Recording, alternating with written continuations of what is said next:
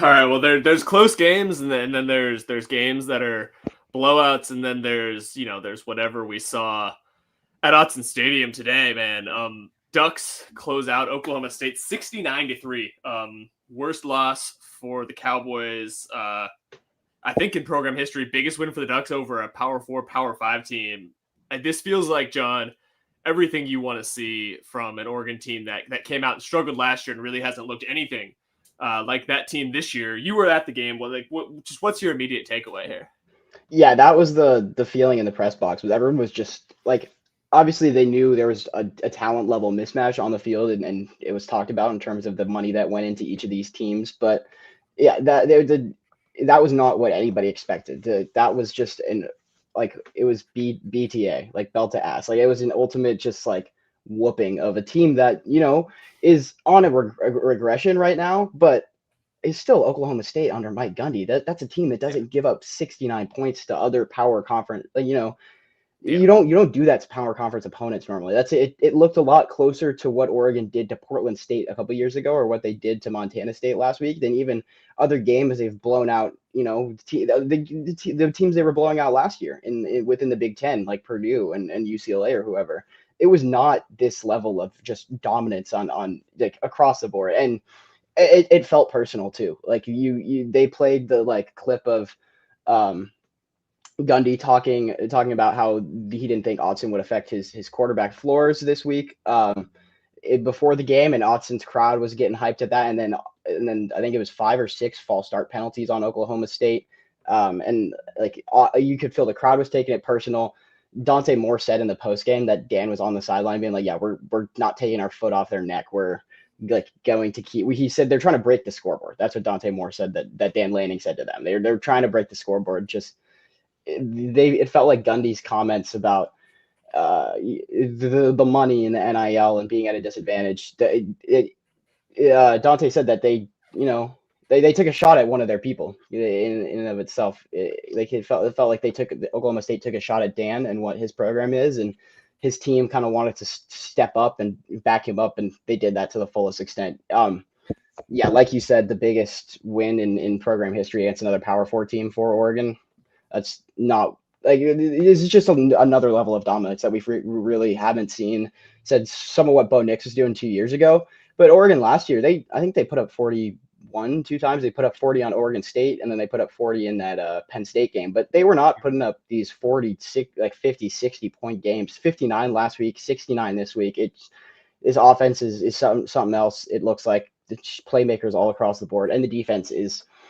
It's got to be a top 3 to 5 unit in the country. You just look at the depth of it, and you saw it again this week. When I go back and watch stuff later this week, it'll be interesting to see how it breaks down, because again, I don't know if we really learned that much because you got through so many guys out there on the field. But yeah, this defense looks so legit and so fast.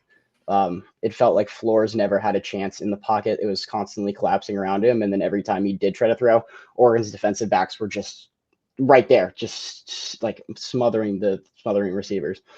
This just looks like programs that really weren't on the same levels, and one of them clearly is invested in winning at the top level of college football right now. Yeah, and I mean, the question that we'll go through, and we'll talk about this a little bit later, is how much you can take away from these games. Because on one hand, you want to say, hey, these are probably not bowl level teams this year.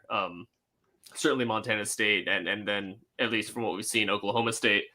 But also you have to say that Oregon looks like a supremely talented team. There aren't that many teams in the country who look better than these Ducks. So really, how high? I got to put together my top 25 tonight. How high can I put the Ducks? I think they're in my top 3. We're gonna take you through the box score here really quick. Dante Moore, who is fine by the way, he talked to post game. Yeah, Dante Moore did just fine. Confirmed. Took a shot. Got rolled up on by a lineman, kind of hit his head. Had a towel over his face on the sideline there for a minute. It was scary for Oregon fans, but it sounds like he's okay. Just we didn't even see that one up in the. Nobody saw that up in the. Oh no, yeah, he was down, had the towel over his head and like hands over his face. Yeah. But I mean, he came right back out to start that second half, so he's doing the second half. Right. Yeah, he goes 16-21, 266 yards, 12.7 for 3 touchdowns, no interceptions. Luke Moga comes in, goes 2 of 3, 53 yards, and Brock Thomas over 1. Noah Whittington, with that 59-yard run, goes 4 carries, 91 yards, and a touchdown. I was saying to Matt after the game, he's got between that 59-yarder to start this one and the 35-yarder to start the last game. He's got 95 yards on 2 carries, so like 95 of his like 150 on the year, 160 on the year, coming off 2 plays. Unbelievable. And we'll talk more about the running backs too. We'll get into them, but 7 guys got carries in this game. Jaden Lamar also had a touchdown. Corey Moore gets a rushing touchdown. D.R. Hill has an unbelievable that dude's speed is just off the charts. But it certainly seems like Noah Whittington is RB1 in this game. Mekhi Hughes was once again kind of on the outskirts. Didn't see him get touches until the second quarter. And then De'Corian Moore just flashed some unbelievable speed. Jeremiah McClellan actually leads all receivers with 76 yards. Both those guys had 2 receptions. But yeah, Moore with a touchdown, rushing and receiving. One of only a couple players in Oregon history to do that. Malik Benson gets one. Gary Bryant gets one. Just a fantastic game for these Ducks. I mean, we're talking about where to start. We'll start with where you really focused on in this game. Yeah, last week Dante Moore was maybe a little bit constrained. He was the point guard that we've talked about. He really did a great job running this Will Stein offense, but it really felt like he wasn't unleashed, I think was the word you used. He was unleashed this week. You got to see that arm talent we've talked about. Which just break it down for me. Yeah, Lanning said that there were some times last week where they had those shots dialed up and they weren't necessarily there, and they kind of didn't really feel like they needed to, once they knew what was happening last week, they didn't really need to get to any of those later in that game. But yeah, from the beginning of the game, I mean, we didn't even get to see what they had cooking for that first drive because Noah breaks a counter run for 60 yards and is instantly through the line and into the secondary and scoring a touchdown. But yeah, the next play they come back out. I thought it was really interesting to talk to Dante about it after the game because he said that wasn't a designed rollout. It looked to me, I definitely thought it was a designed rollout, but he saw the blitz coming, talked to Noah, checked him like on the protection. Huge block from Whittington there. Like I love that Noah, by the way, told him that he was going to take a shot for him in this. Yeah, exactly. He knew, and Noah does. He gets in there, hits the linebacker. Dante gets out, rolls out to his left, and that's a throw that. He's moving to his left, he gets under his feet under him and plants and stuff, but he's moving to his left, like moving the wrong way. And then it's 45 yards on the money through the air. It's a crisp route from De'Corian Moore on the double move. And yeah, it was go time from there. And Dante Moore continued to do exactly what he needs to do and hit, he was hitting those little shots, hitting the, letting his guys run after the catch. Like a lot of those big passes were Kenyon Sadiq running for 25 yards after the catch on a screen, or Gary Bryant on that flea flicker reverse like screen throw out screen with all the whole offensive line out in front of him. Those are all yards after the catch for Dante Moore. And then when you need to, things do open up, and you clearly have the quarterback that can take those shots. The throw to Malik Benson, like I was up there in the press box and I'm watching it, and I could see it. I was like, Benson's wide open. I could see it developing as they were trying to rotate guys, and Benson, and then Moore hits the back of his drop and launches it perfect on the money. And I was like right on the money. Benson's like hands are outstretched, makes the perfect hands catch. He looked like he continues to look comfortable back there, but then it was starting to see that aggression and some of that arm talent that, this guy was a consensus top 5 quarterback, not top 5 quarterback, top 5 player in the country a couple of years ago. There was a reason there was a lot of excitement around him when he was originally committed to Oregon. And then when a lot of disappointment when he flipped to UCLA and what he did there. But again, just goes back to the maturity of this young man. Like he knew that he wasn't ready yet. He kind of felt that at UCLA, took that year, really learned in this offense, and clearly it's paid off now because he looks so comfortable back there. He able to diagnose things, make checks at the line of scrimmage where he needs to, and then reading out his receivers and being able to take some of those deep shots. This offense looks scary at this point. It's for a team that there was a lot of question marks coming into the season at receiver, and Dan even joked about it a little bit in the post game. It wasn't that we had questions about who you had. We just knew that Dan, we just knew that Evan Stewart was going to be out there, and that's a proven guy. These guys are talented, but they haven't done it on the field yet. They're all doing it on the field right now. Malik Benson looks like a scary deep threat, and De'Corian Moore is.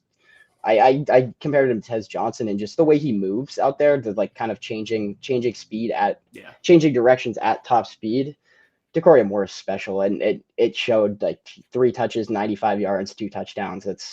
That guy's going to be doing just fine throughout his career. He's going to be on all of the leaderboards by the end of his time here. So this offense looks. I mean, I haven't gotten to watch through everything today. I know Ohio State put up 60 on Grambling, but that was Grambling. It's not. Yeah, but okay. So they did get to 70. Last I saw they were at 66, and Oregon was at 69. But that's against Grambling, and Oregon's doing this on Oklahoma State. So it's hard to argue that anybody has a more explosive offense in the country right now. Yeah, when we talk about this Dante Moore, just the situation, the decision he makes, it makes me go back to the Kevin O'Connell quote, which I'm sure you've heard it, that organizations, he's talking about pro organizations, but organizations fail young quarterbacks before young quarterbacks fail organizations. Mm-hmm. And just when I think of, all the young quarterbacks that, there's a lot of pressure on a lot of freshman guys to come in and produce. And, I'm watching Bryce Underwood going to Norman tonight and struggle. And he looks like a true freshman, and people are saying he's not good. And I'm like, man, you got to give him the time. It's an 18-year-old kid. It's hard to play quarterback at that level when, quarterback is such a hard position. It takes so much, beyond, we know Bryce Underwood's arm is really good, just like we knew Dante Moore's arm was really good, but it's taking that time to find that comfort level at the college level when the guys are coming at you faster. These defenses are faster. You just got to be able to read things out and understand the game up here before you can let that arm rip. And that's what Dante Moore did in that year last year, it looks like. Exactly. And he not only succeeded with this organization, but this organization gave him that time. You're willing to bring a guy in and understand that he's going to sit and bet on him, honestly, because this was a decision of mutual trust. And it seems that at least, now 2-0 through 2 games, it couldn't have worked out better for these Ducks. I want to talk a little bit more about some of these explosives. Because, when we go back to last week and the Will Stein offense in general, you love the explosive plays, the blur shots, but you feel like a lot of the time it's built on short gains. Today, the explosives were what fueled this Ducks game. You get Noah Whittington really early. You get that Takorian Moore. You get explosives just all across. And we'll start with Noah Whittington. This guy's RB1, and he looks exactly like he did pre-injury. Mekhi Hughes is wherever Mekhi Hughes is, but Noah Whittington is RB1 in Eugene. Yeah, we could get to Hughes a little bit later. It seems like he just might be down on this depth chart at this point. But yeah, Noah Whittington is one. I mean, it helps too. He's 23, 24 years old playing against these college kids because he is a 6-year senior. You're getting to the point where you don't have as many of those in college football anymore. So I feel like those guys that you do have are just kind of an asset because you just trust him so much out there. And then now he is, it's the year after with that injury. It's getting that time back to not only does his knee work, but his knee works and he trusts it to work every time, where he can hit cuts and explode in the ways that he used to before that injury. Noah's a guy who doesn't give a ton of answers always when we do get him in those media events. So I'd be interested to talk to him and just how he feels in terms of that, where his knee is at and coming back from that injury a couple of years ago. But yeah, he looked ridiculously explosive, and it's all goes back to what Stein does in the offense. He dials up, fakes a motion going one way, you got a counter run going the other way. Whittington slips a couple guys, and he's gone from there. And then Jaden Lamar getting out on an explosive game, and then like you said, Jeremiah McClellan. I'd even forgot that he had like a 50-yard catch later in the game from Luke Moga. You got guys all over the field who are just making plays, and it turned the game into a track race really quick. And that's the game that Oregon wants to play. And that was clearly not what Oklahoma State was prepared to do today. So that first touchdown came within the first 40 seconds of the game. And then that second one came one play later on offense. This game quickly looked like it was getting out of hand. And that's due to the explosiveness of what this offense can do. Just you picking up yards, and like even on the ones they don't score on, all of a sudden you go from on your own 25 to your opponent's 25 on one play. It's just game changing. Yeah.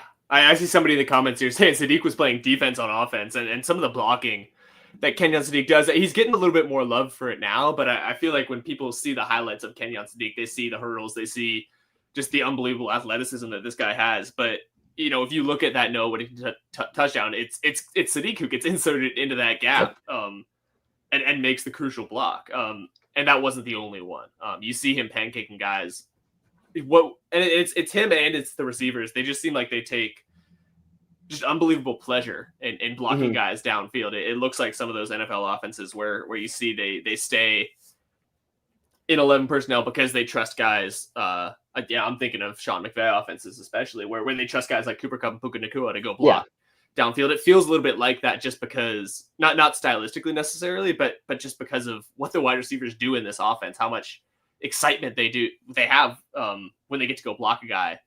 Is that just what this team is now? It seems like it. I think it's the program that Dan has built, but it's also a testament, to Drew Maringer and Ross Douglas, the wide receivers and tight ends coach and the wide receivers coach for this team, and that it seems like they've instilled like, hey, if you're not going to block, you're not going to see the field. And so all these guys are out here full, like Dante Moore. And we saw the highlights last week from him on the blocks, but every play he's downfield helping out his teammates. Gary Bryant's doing it. Justice Lowe is doing it. Everybody, and it's the young guys too. It seems to have been instilled from those veterans to those young guys like Dante Moore. Hey, you got to block to, everybody's to do their part. And receivers, they're not afraid to step to anybody. And Bryce Betcher talked about that too in the post game. Him and Jerry Mixon as linebackers were like, yeah, so these receivers will like come to us and be like, oh yeah, I'm gonna hit you today. I'm gonna block you today. And they're like, all right, good luck. Like, good luck, buddy. I'm still like 240 pounds, but yeah, these guys they come ready to be physical and just play football with a level of physicality that not a lot of teams meet in college football, especially from their skill position guys. And then, like you said with Sadiq, I reposted a cut up of him, his blocking from last week, just because it is just really high level stuff. He's very physical, he's very strong, and it's stuff that is gonna push him, I think, into a first round conversation, even on days like today. What did he I'm trying to where is he on this stat line? I don't even.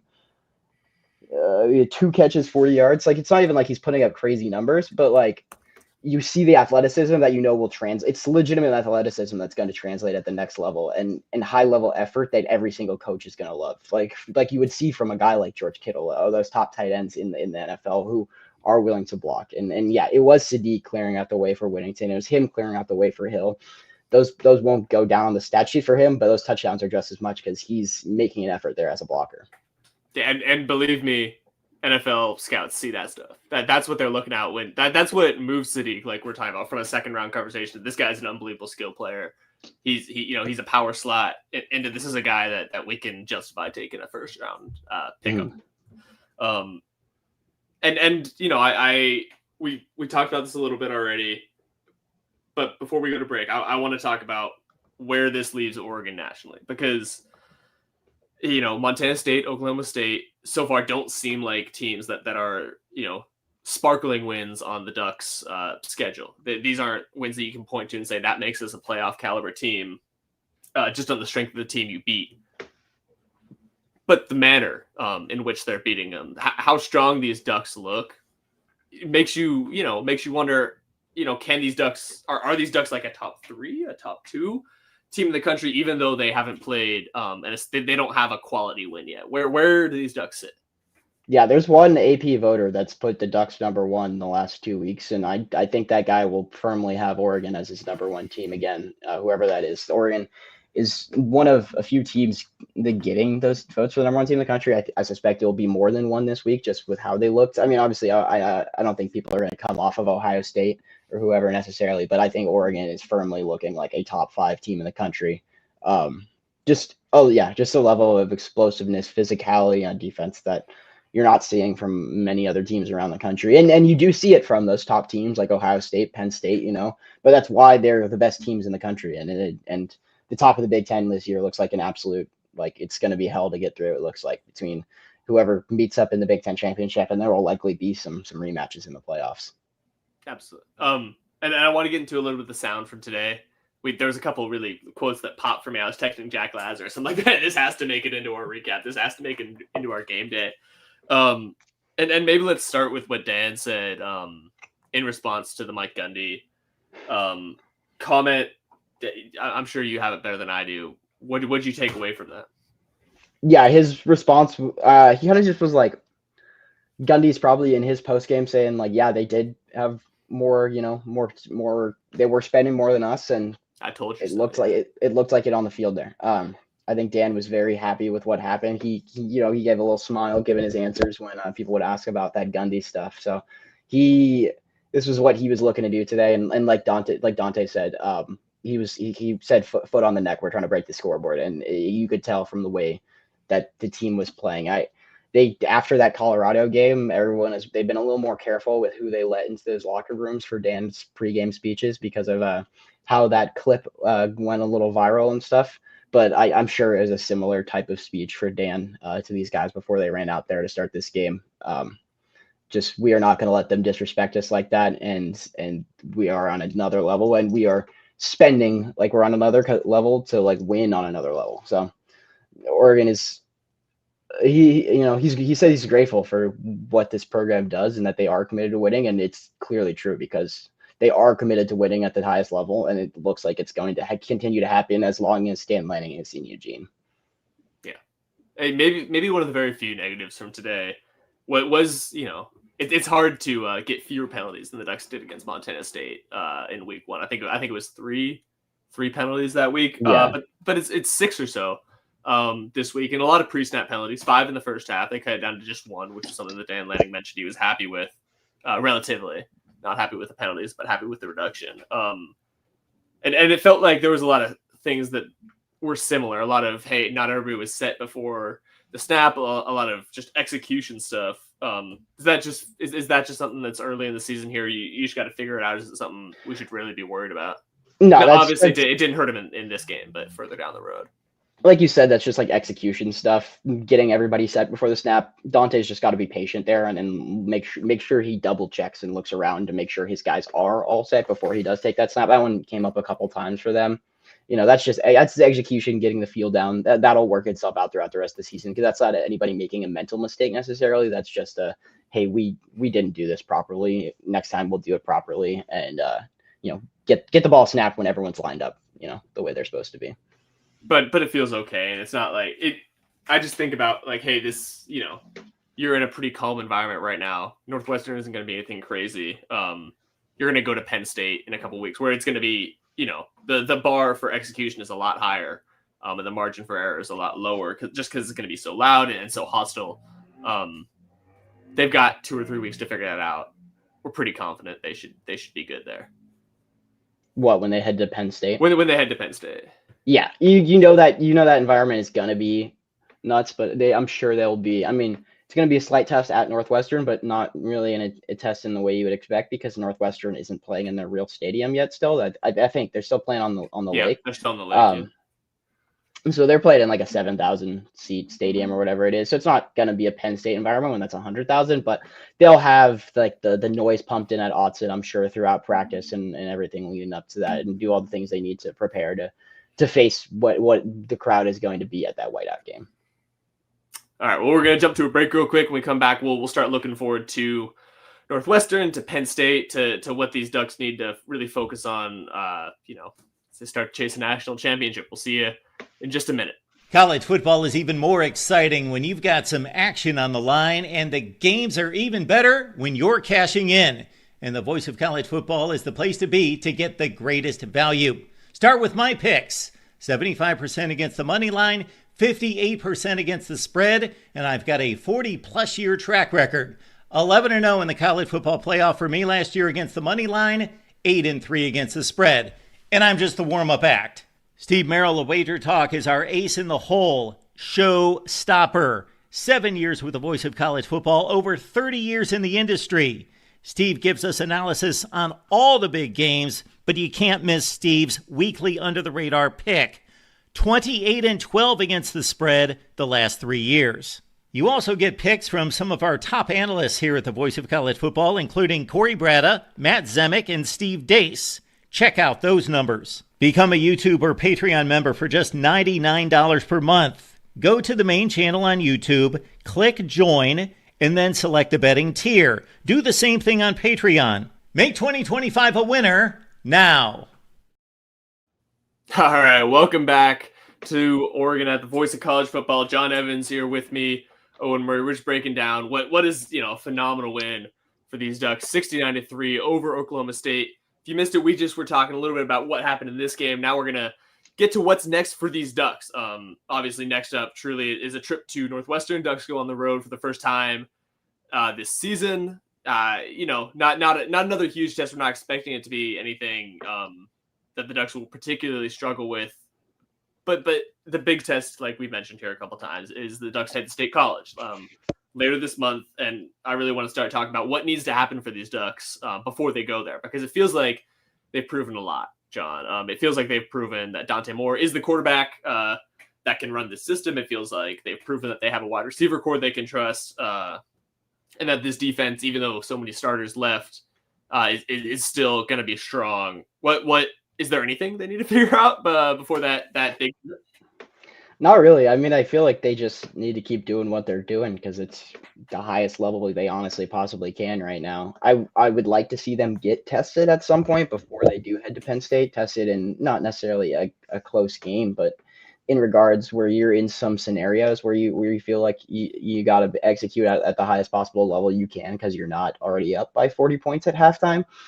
A game where Dante Moore gets to play the whole game. We'll see if that happens at Northwestern or against Oregon State. Oregon State has not looked good so far. Doesn't feel like that's going to happen against the Beavers.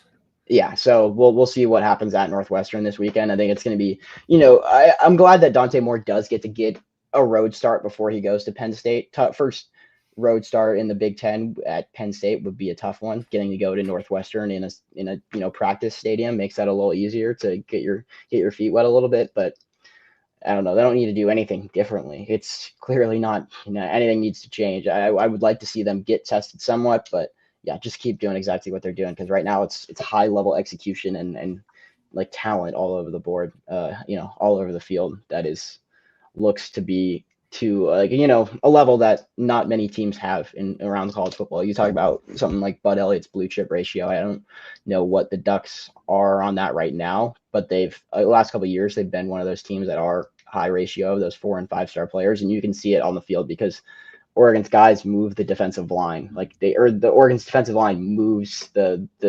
Oklahoma State offensive line backwards every play. Oregon's, their linebackers or safeties are just faster to the ball than anybody. DeCorian Moore is faster than anybody else out there. So they just need to keep doing exactly what they're doing. Continue to be creative with the play calling and all that stuff and open up the offense and see what will be available to you when you do get to Penn State. But where you're most comfortable at. So I think it's just finding those things that you feel you can do. Who are your guys who, when it does come down to it, this is who I want on the field. These are the plays I like to run that Dante feels most comfortable with, that the offense feels most comfortable with. So it's just finding that stuff over the next couple of weeks. But these teams are not going to be on Oregon's level, so we'll have to see how it goes. I don't know if we'll see another 66-point win against a Power 5 team, but those don't come around very often. But I don't know if it will be necessarily within 30 to 40 points either. Yeah, and you mentioned a little bit there, but when you look at the 69, it's easy to forget the 3. Ducks gave up just a field goal in this game. And let's give a little bit of flowers to the defense. Bryce Betcher led the team in tackles again. 2 pick sixes back to back. Give the Ducks. Maybe you have this one on deck. I think it was like 21 points in something like 50 seconds. Yeah, something like that. Obviously Zane Flores starts struggling in this game, and he loses a lot of confidence. But that's exactly what you want to see your defense do. I thought Tatum Tuioti really stood out today. He had a couple phenomenal third down stops where he just got a guy like Flores or one of their running backs from behind, and he's developed. We got to hear from him in post game, just as a player. And I heard your question for him too. Curious what you're seeing from him. We had a little bit more from Dylan Thieneman on the back end. He had a nice play where he came all the way across to break up a pass. There's nothing that we need to change on offense. Is there anything that needs to change on defense? I think probably not. No, going with what you said, I mean, those 3 points only came because Oregon, they tried to run like a cover 0 blitz, and there was some miscommunication where Neem offered thought that if Obadegu was going to cover his guy, he tried to rotate. I couldn't tell if this was some sort of match zone or something like that, or if it was just a 0 blitz, like no safeties, everyone's man to man. Clearly, there were guys who are on different pages there. So a guy got wide open, got behind the defense. They get a big play out of it because Flores just kind of chucks it up, and it's so wide open that even though the throw isn't great, and the guy has to sit and wait under it, catches it and sets them up for that field goal. And that was the only offense the entire game. Basically came from that one, defensive breakdown where you get a guy behind you. So those are things that can happen with a young secondary sometimes, where you have those communication errors, but those are things also that guys like Dylan Thieneman do, work out with those young guys. And Peyton Woodyard talked about it after this game about how Thieneman, how helpful he is back there. Aaron Flowers talked about it in the media availability this week. You could see him too at certain times where you just like see him talking to somebody, and then somebody has to runs across the formation and guards a different guy, and then they make a play. You're like, oh, Thieneman's over on the other side, but he told that guy to go do that, and he's kind of quarterbacking the defense from behind everybody. And then, like you said, that play phenomenal, getting across the field. It's just it flashed why they wanted to bring him in to be that difference making safety, because he can cover that distance, go up and make a play on the ball. Almost maybe could even pick that thing, but swatted it down. He had some nice plays in the run game too. And then Tatum Tuioti, like you said, I have been really, really impressed by Tatum Tuioti year after year, just the way he continues to develop into a better and better player. I think he's up to like 265 now, just a big dude who continues to get bigger and stronger. When I watched the film from that Montana State game, his bull rush was just getting really strong. He was just able to push people back sometimes, and then the quickness coming on some of those stunts and twists in the D-line games really impressive. But a really good game for him today, able to get home for his first sack of the season on a nice pass rush move. And then, like you said, he plays the run really good, and that's what he's always done really well. It's kind of why he plays that. Oregon has like a kind of a multiple defense where you move things around, but you have your two defensive tackles in the middle. Mateo Uiagalelei is your like defensive end who will line up sometimes in a 5, but then will also stand up and get out to like a wide 9 and come really truly rush off the edge. But Tuioti's more of that like outside linebacker guy, and that's because they trust so him. You saw him drop into coverage a couple times. Exactly, he had a play and like genuinely affect the play.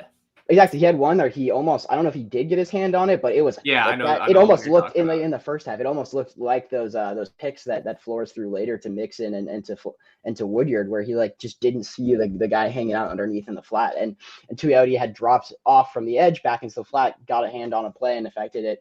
And then he's really strong against the run and can make those plays from his outside linebacker position. He's a really good player for this team, and I'm excited to see what he continues to do for this program. I don't think he's a guy who will go to the draft this year, but I think he's an NFL player in the future for sure. Just he's got an NFL body, and some team is gonna want to take him just because he's a smart player coming out of a program they trust to put guys into the league at this point, and high caliber guys. So I think he can move into Mateo's role this year, which is the role that Jordan Burch was playing for this team last year, when Mateo was in Tatum's role and Tatum was doing what Blake Purchase is doing now. So these guys continue to just come through this program, and Tatum's just another great example of it. And a really good development story. And a guy too who I wish I had asked him this in the postgame today, but next time I talk to him, I definitely will. It feels because his dad's a D-line coach. His dad is Tony Tuioti is a great coach, has a great history of football, from Hawaii and stuff like that. But I feel like Tatum is such a hard worker, and I wonder if that's almost like because someone had asked something about Tatum like a week or two ago about what's it like with him and his dad, having his dad on the staff. I think he just works harder because his dad is on the staff. Like he feels like he has to prove, I'm not just getting this because my dad's the coach. I'm here because I worked for this, and he's doing it every week, every year he gets better, every week he gets better. One of the best development stories that Dan Lanning has seen in his time at Oregon. Not that he was, Tatum was a 4-star prospect, good top 200 recruit or something like that, but has just become a key piece. I could not imagine what this defense would be without him, because the run game would get worse, the pass rush would get worse. He's such an important part of this defense at this point. And it feels like too, like they just have a conveyor belt for these guys. You talked about how Mateo's now in the Jordan Burch role from last year, and Tatum's in the Mateo role from last year. And it certainly seems like, they'll be able to keep moving guys up. And that's what makes this program so successful. That's what you want to see, because it tells you you're going to be successful year over year, and that you're not going to end up in a situation like Oklahoma State is, where you end up losing putting up your worst loss ever. You mentioned the pick sixes. It was crazy because this is the part of the game where I'm watching at home. I start checking out and checking what's going on. In some other places, and I look at them and say, hey, I swear I just saw that like 20 seconds ago. It looks like exactly the same play. Is that good for the Ducks that you were able to make this play twice? Is that like, man, Zane Flores just was not seeing it for those couple drives and ran out of confidence? Is it a little bit of both? Yeah, Flores just seemed flustered at that point. I mean, his first play of the drive, he just didn't see Jerry Mixon lurking. They kind of they tried to run double in breakers at Mixon kind of underneath. Oregon had it defended with their DBs, and then Mixon kind of stepped in front of the first one. Flores looks at the second one, but he never really, it's like he never even saw Mixon. He threw it basically right to him. And then the second one, I got to rewatch that to see what exactly they were trying to do there, but he had pressure. Flores had pressure, and it was like 2 plays later. They ran for 3 yards, and then it's 2nd and 7. They tried to drop him back again.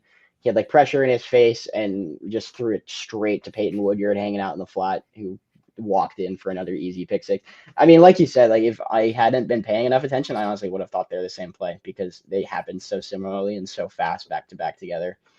I don't think there's a ton you can take away from it. It's playmakers making good plays. Jerry Mixon said he was told his mom was there. He told her he was going to get a pick for her, and then got a pick, scored, ran over, gave her the ball. Oklahoma State's like the equipment staff tried to take it because it was their football, but Kenny Farr, the Oregon's equipment guy, got it back for him. So good to hear that Jerry Mixon's mom able to get that pick six ball. But yeah, this defense, I mean, they're guys who are in the right spots too. I mean, that's ultimately what it is. The offense is making mistakes, but you're capitalizing on it because your guys are in the right spots. Yep. Kind of the last thing I have on our rundown here is to talk about Mekhi Hughes. We talked about it. We touched on it earlier, but the situation just seems so interesting because he comes in as a guy who you really feel like we've talked about. It could be a bell cow. Could be the guy that really Oregon just hands the rock to and says, let's go get some yards, man. And that's just not how it's transpired. We heard a little bit about it earlier this week. Dan Lang just says, hey, there's so many great guys in this room. We got to figure out how to spread the rock around, which is, coach speak for, hey, he's not the number one guy. That's just what it is. I'm trying to figure out how to phrase this question to you. Where does Mekhi Hughes sit? Like, should we be concerned that he's not getting these touches, or is that just a testament to how great this Oregon room is? I think there's some concern and just like, is he just not the guy that we thought he was when we were bringing him in? Because if he was the guy that they thought he was, it seems like he would be on the field. But clearly he's, I don't want to say he's not that guy, but he's not. He's they don't feel like he's a guy that can be a difference maker as much as like a guy like Noah Whittington and even Jaden Lamar. Jaden Lamar had a really good game today. Continues after he had the speed stands out to me, and is a good blocker too in the backfield. It seems like Hughes is just down the depth chart right now. We'll have to see. I'm gonna go through my depth chart that I keep and figure out where I want to re-rank, and kind of reorder this. But he is clearly not the starter. That's obviously Noah Whittington right now. But Jaden Lamar looks like the number 2 in this offense. And then De'Aaron Hill and Jordan Davison where they and even it feels like Jay Harris is coming in before Mekhi Hughes at this point. And like Davison is the goal line guy. Exactly. Lamar and De'Aaron Hill are the speed guys. Exactly. What is Mekhi Hughes? Yeah, I don't know, because it felt like last week maybe it was they're saving him for when saving his body for when you need to really give him those carries and those bigger games down the line. But today they're running him all through that second half out there with Luke Moga like he was just the backup running back. He goes 9 carries, 30 yards. It wasn't Oregon's starting offensive line for a lot of that, so it wasn't getting the same push necessarily that some of those other guys were getting early in the game. But I don't know. He just doesn't look as explosive and as fast as some of the guys that Oregon does have, like Noah Whittington, like Jaden Lamar, like De'Aaron Hill. He's still strong. He still runs through some people out there, but I just don't know if he's really going to be that much of a playmaker for this team this year. It seems he just seems to be a little bit further down that depth chart, and they were using him in the second half like he was just a backup running back. They weren't saving him at all. It didn't seem like. And last week too, he got a lot of those second half snaps. Like he ended up being second. He only touched the ball 2 times, but he ended up being second on the team in snaps last week. And I thought it was interesting that they had him out for the 2-minute drill last week. At the end of the first half, he was the running back in there. Which I was like, oh, that's because they trust him to run the 2-minute offense and all this stuff. It didn't feel like that today. It didn't feel like he was out there for any of that kind of trust stuff. He was just out there when, this game's out of hand. We're going to hand the ball off. We'll give it to Mekhi Hughes sometimes. We'll give it to Dewan Riggs sometimes, and let this game salt away. So I don't know what to make of him at this point because it just seems like he's not even in like the top 3 of this running back rotation. Yep. And so that reminds me kind of the last thing I wanted to touch on here. When we talk about wanting to test a guy like Dante Moore and see what he looks like, it really feels like the situations in which you've been able to kind of glean the most about what this guy looks like in pressure situations were that 2-minute drill last week, and then like the 4-minute drill kind of where it's a little bit of a different situation this week where you're really forcing him to manage the clock, and you're not just trying to get down the field in time. But Dan Lang talked about how much he values those final 2 minutes, the final kind of minute 20, and say we don't want to give the ball back to the other team. Is that like how much confidence does that give you in him when you see him execute those two like so smoothly? Please take it away. My mouth is not working. Yeah, I think that is that's one of the biggest situations that you can take things away from, because you're gonna have to run 2-minute offense in one of these games. You're gonna have to run that 4-minute offense where you're trying to get down and score, but you control the clock in a way that the other team doesn't get a chance to do anything with it. So Dante Moore looked really good and really comfortable in both of those scenarios, which I think was really important. I just like to see. I don't want to see him in these scenarios because, as someone rooting for Oregon, watching for Oregon, I want them to be succeeding. But I want to see Dante Moore in some of these 3rd and 5, 3rd and 6, 3rd and 7, where you do got to pass and make a play on 3rd down. Oregon's just not in those scenarios right now because it's constantly 2nd and 3, and then they convert it. Then it's 3rd and 1, and they convert it. They're not putting Dante Moore in these situations where he has to drop back, read out the identify coverages, read out the defense, and find his second option over the middle for 10 yards on 3rd down. He hasn't had to do that yet. I'd like to see him do that a couple times before they get to Penn State, in a place that he probably is going to have to do that against Penn State's defense. But right now he's executing at a very high level, and just I think those 2-minute drill, that 4-minute drill, those are really important to see, and just how calm and comfortably he looked in the offense in both of those. Like that 2-minute drill last week, when I watched it back, really clean, just hitting guys underneath near the sideline, being able to take those easy yards and quickly move the ball down the field. And then today, taking those easy yards, but also being aware of the clock, knowing when he needs to snap the ball and get back with Oklahoma State with 11 seconds left. They're not going to be able to do anything. Yep. Last thing I got today, we saw a punt. James Ferguson Reynolds looked pretty good. He was fired up after that. Ducks have punted once this season. Haven't had much of a chance to see that. You hope that they won't have to punt that much, but that unit looks good. You had to replace the main guy there, but that was a very solid punt in a situation where you're looking to pin the team, and he did it very well. I was almost as fired up as James Ferguson Reynolds was there, as he gave a couple fist pumps, ran off the sideline. No day off today. Last no day off. That Dante gave him a day off. Not quite today. Had a couple times, but he's earning his NIL, man. You really gotta work on it. Did you have anything else from this one? Anything else you noticed before we wrap this thing up? No, I mean it's a complete game from Oregon. Every facet of it. It's 2 complete games back to back. So very excited to see what this team continues to do, because right now they look like one of the best teams in the country. Yeah, like we said, we'll be back on Monday, the 8th, 6 o'clock Pacific time, 5 o'clock Pacific time. Yes, we switched to 5 so that we can talk to Dane Lanning after the show. Because he does his media at like 6:30. Good call. Talk about that Northwestern game. Ducks go on the road for the first time this season. Huge thanks to everybody who's following along with us here. We really appreciate you. And we'll see you on Monday.